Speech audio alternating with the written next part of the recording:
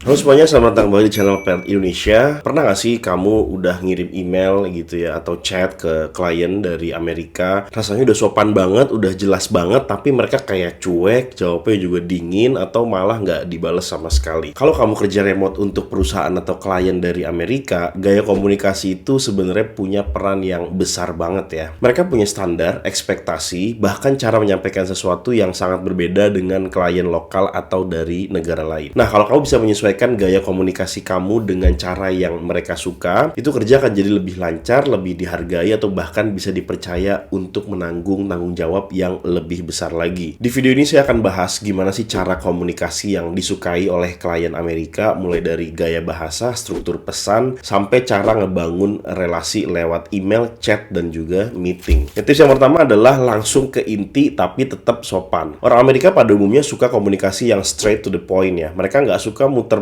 atau terlalu basa-basi panjang. Tapi bukan berarti kamu bisa asal langsung tembak tanpa sopan santun ya. Ini saya kasih contoh ya. Contoh buruknya, I need the file today. Itu kayak galak banget gitu kan. Tapi coba kamu bisa pakai contoh yang kayak gini misalnya, yang lebih baik ya. Hi, itu namanya siapa? Terus just a quick follow up. Could you please share the file today? Appreciate your help. Jadi kuncinya tegas, ringkas, tapi tetap pakai nada yang hangat dan sopan. Oke, tips yang kedua, hindari kalimat pasif dan terlalu formal. Banyak pekerja dari Asia cenderung pakai kalimat yang formal banget atau terlalu berhati-hati. Padahal klien atau atasan orang Amerika itu lebih nyaman dengan gaya komunikasi yang terdengar aktif dan casual dan juga profesional. Nah, ini contoh yang terlalu formal kayak gini nih ya. We would be grateful if you could kindly provide the requested data at your earliest convenience. Nah, itu formal banget kan. Coba kamu pakai gaya yang lebih santai nih ya, contoh yang lebih disukain sama orang Amerika. Could you send over the data by end of the day today? Let me know if anything's unclear. Jadi gaya yang terlalu formal itu bisa terkesan kaku atau bahkan seperti dibuat-buat. Lebih baik gunakan bahasa profesional yang luas dan percaya diri. Oke, tips yang ketiga adalah responsif dan tepat waktu itu sama dengan profesional. Bagi orang Amerika, kecepatan merespons itu adalah sinyal kamu serius dan profesional. Bahkan kalau kamu belum bisa kasih jawaban lengkap, setidaknya balas dulu kayak gini nih. Saya kasih contoh ya. Hi, I've seen your message. Let me get back to you with the full update in a few hours. Jangan biarkan pesan mereka itu nggak dibalas berjam-jam atau bahkan berhari-hari ya. Di budaya kerja mereka, komunikasi yang lancar dan responsif itu sama pentingnya dengan hasil kerja. Oke, sekarang tips yang keempat, gunakan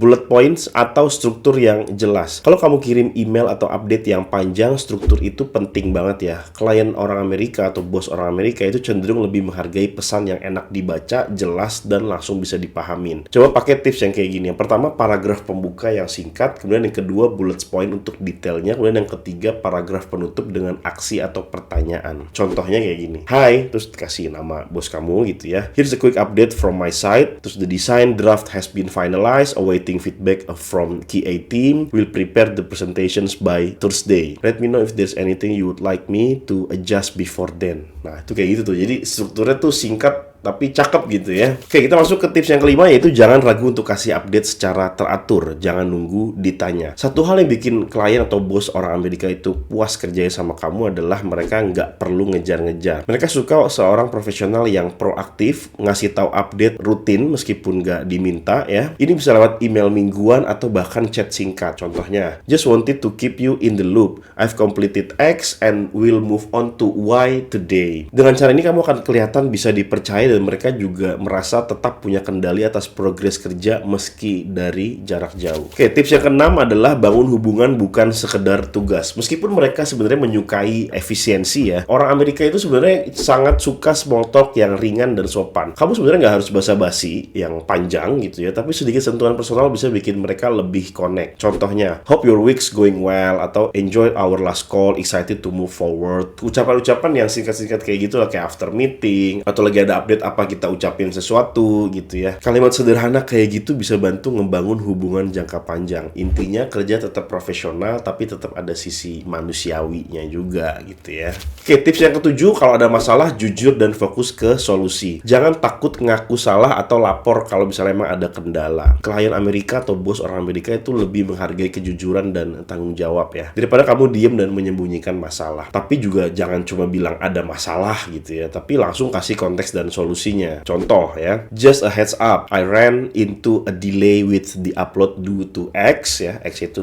masalahnya, and I'm currently resolving it and expect to have it done within the next 12 hours. Jadi kuncinya transparansi plus solusi cepat, itu kamu nanti bisa dipercaya. Oke, kesimpulannya, jadi kalau kamu kerja dengan klien atau bos dari Amerika, ingat bahwa gaya komunikasi kamu itu bisa menentukan keberhasilan kerja ya.